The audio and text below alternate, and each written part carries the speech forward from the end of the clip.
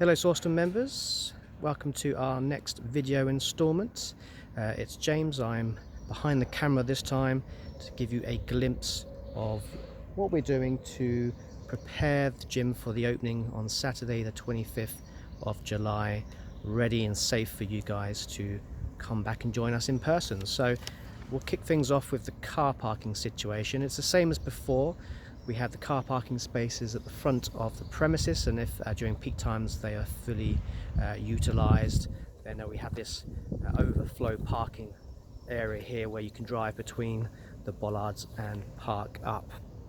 One of the major changes that we'll have to put in place, which is brought in by the government, it's government policy, and this will be the case for gyms up and down the country, is that there will be a booking system from now on. So for group members, our semi-PT members, nothing really changes there. You've always had to book your appointments in, but for the gym members, you can no longer rock up, I'm afraid, at any time to suit you.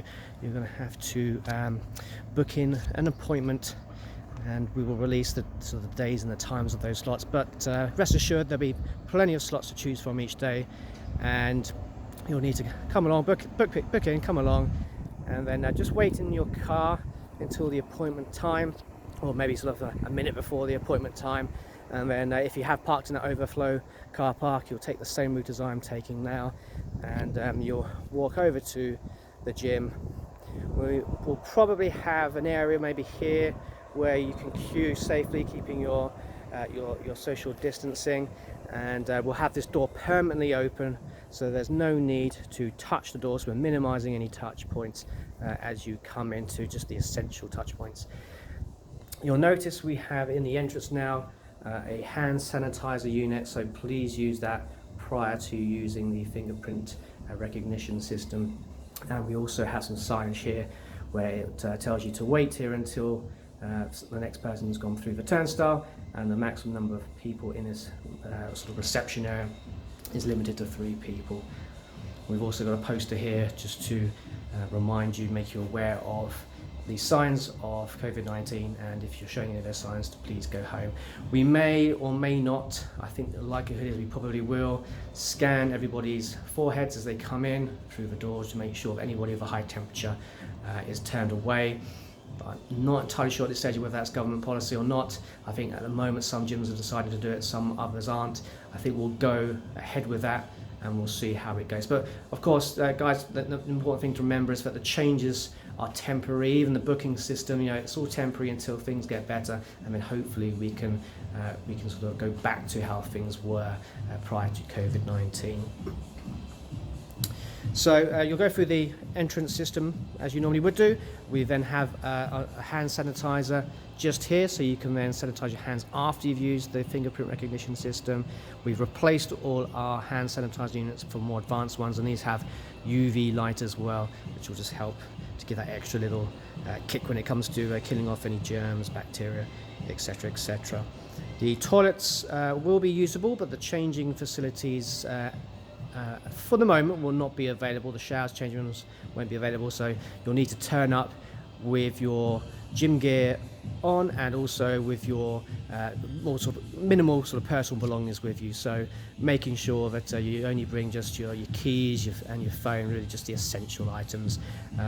Also, you're not allowed to bring your gym towels in for safety purposes.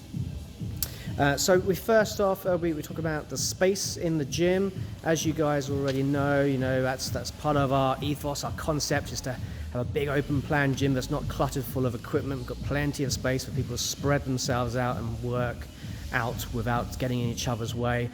So a facility like ours is always much lower risk than your typical gyms because of that, and so therefore we're quite lucky really. We only have to make some minor tweaks rather than having to get all the gym team over and having to put equipment in storage and move equipment around just so that we're sort of having to manage the flow of traffic. We don't really have that problem as such over here, but with the booking systems, particularly for gym members, there will be a limit, so that will ensure that there's never any overcrowding in this facility. Never really was anyway, but just we're going to have an even more strict limit, but also ensuring, of course, that people do get to book in during their chosen times. So the government guidelines is actually to have 100 square foot per person. That works out that we would be able to have 42 people in the facility at one time. Now, to put that into perspective, the most I've ever counted personally is around about 30 that we've had in this gym at any one time. So we're well below the limits anyway, and that was even at our peak before COVID-19 came along. So we're going to have an even more strict limit. So there's going to be plenty of space for people to move around safely. We're also creating 7 zones in the gym. So we've got here zone 1, which is the weight section. We have zone 2, which is the first group section. Zone 3 is a little bit in the middle. Zone 4 is the far end group area. Zone 5 is the entire area under the mezzanine, including the cable machine. And then upstairs is zone 6, which is the cardio area, and zone 7, which is the resistance area. So each area has a maximum capacity. So for example, here, as you can see from the poster on the mirror there, it's a maximum capacity of 4 people. In this zone, the group area, it's a maximum of 4 people as well. Now we have 8 spaces, so what that will mean is that you would have, for example, 1 person in this space. Opposite you, there wouldn't be anybody. And then over opposite to the other side, there will be somebody in that one. Next to you, there wouldn't be anybody in the space. So in other words, there's a person in every other space. So that way, we've just got more space around us. People are further apart. So, you know, just to keep things in line with social distancing. So in other words, out of this 8 space area, from now on, we'll only have a maximum of 4 people in that entire zone. You can see we move the ski ergs around a little, so therefore you're no longer using them side by side. You're facing away from each other. And the boxing bags are kind of redundant at the moment, unfortunately. We've moved them over to the far side. For group sessions, we're not really going to be using them because we can't expect everybody to buy their own gloves and turn up using them. So when the group sessions aren't on, by all means, if you're a gym member and you've got your own gloves, you can bring them along. If this area's free, you can use the boxing bags if you wish. So there's maximum 3 people in this zone here between the 2 group areas. So that would be, of course, 1 person on the cable machine and 1 person each on the ski erg. And when I say a maximum capacity, you know, if you might have 2 people that might be part of the same household, training partners, husband, wife, for example, you may want to take it in turns to use 1 machine. That's absolutely fine. You don't have to be on separate machines. If you're part of the same household, you don't obviously have to social distance, but it does mean that does count as 2 people. So if you've got 2 people taking turns on the cable machine, that will mean that only 1 other person can enter this zone until somebody leaves. The group area, well, we plan on taking as many of the group sessions outdoors as possible. Weather permitting, of course. We'll only get group sessions out if it's a nice day. Otherwise, it will be back in here. For those of you who do attend our group sessions, you'll know that the max capacity is normally small. It's normally 10 people, but we're going to have to reduce that even further. So whereas we'd normally get about 8 to 10 people in the space, we're going to have to reduce that down to 4 people. So again, 1 in person in every other box to ensure that you've got plenty of space around you. We can't operate with just 4 people in a group session. It's just not financially economical. So what we have done is we've temporarily, and again it's all temporary, we've changed this track so that we put tape and we've created 6 more user spaces. Now, we didn't feel that the track, it's a large space, we didn't think it was a good use of space just for 1 or 2 people to use for like sleds, walking lunges, etc., etc. So we felt that for the time being it was much better to create 6 spaces here, so you'll all be side by side, you'll all be plenty of distance apart, and therefore the 3 spaces nearer the tyre will be for group customers, if there is a group session on indoors, of course. So that means that our capacity for the group sessions can be viable. It'll be 7 people, and the trainer can obviously work between the 2 areas and coach you through the sessions. The other 3 spaces just down here will be predominantly for semi-PT. So if you're a semi-PT customer, this will be your main area, and the trainer can literally just stand on this spot just here and coach you from afar, and that will free up effectively this entire area for gym members to use. And if the group customers are outside, you'll also have this area as well. So ironically, you're probably going to have much more space, much more availability of equipment than you did previously. In this zone here, it's maximum 9 people, so that will be with the cable machine, the squat racks, So again, if you've got two people from the same household, or you've got two training buddies that are socially distancing, they can by all means use the same bit of equipment, so long as they are socially distancing if they need to or should do. But that does count as two people, so that would mean that one or two bits of equipment might not be allowed to be used, just so that we don't have more than the maximum 9 people in this area. So that's the sort of adjustments to inside, and the space down here.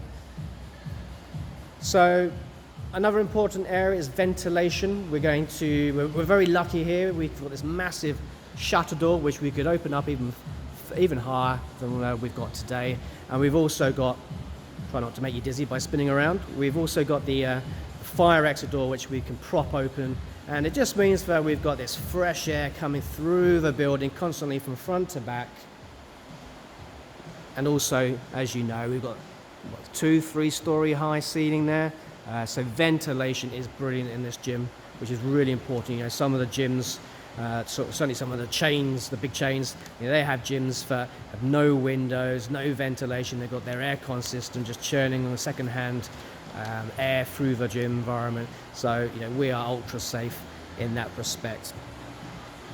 So that brings me on to hygiene. So you may well have already spotted, we have scattered around some gym buckets. We've got one over there. Again, try to do this slowly, not to make you dizzy. We've got one there. We've got basically one in each zone. And the idea behind that is, I think a lot of gyms are really stocking up in the anti-bac spray bottles.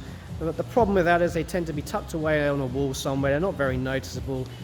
Quite often they're quite far away. It just acts as a deterrent, doesn't it, for people to use them. So here, you've got no excuses. The bucket of wipes is within a few steps away, no matter where you are in the gym. So it's ultra convenient to wipe down everything before and after you use it. We've also got floor stickers scattered around the gym, just to remind you of the gym etiquette. So we've got please wipe equipment after use. We've got thank you for respecting social distancing.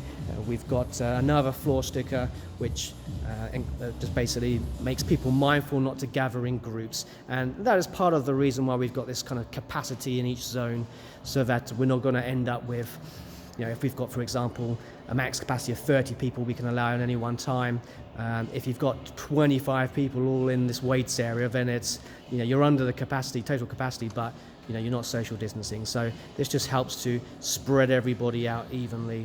And of course, if there is a zone that's at max capacity and you want to go in that zone, you unfortunately just have to wait, be patient, maybe do something else in your program until that space is available. But for 90% of our slots throughout the day, that's never going to be an issue. Quite often, sort of off peak time, we might only have a handful of people in this entire gym, and at peak times, we'll also, we'll find that there'll still be plenty of space available as well. What else have we got? Let's work our way upstairs. We're going to put a mirror up in that corner so you can see somebody coming down the stairs if you're coming up. And as you can see from my sticker just there, it's one-way traffic so that you don't pass each other going up or down the stairs. Trying to think of everything, of course. Lockers will still be usable, but as I said, if you're kind of just bringing your bare essentials, you shouldn't really have to use them anyway.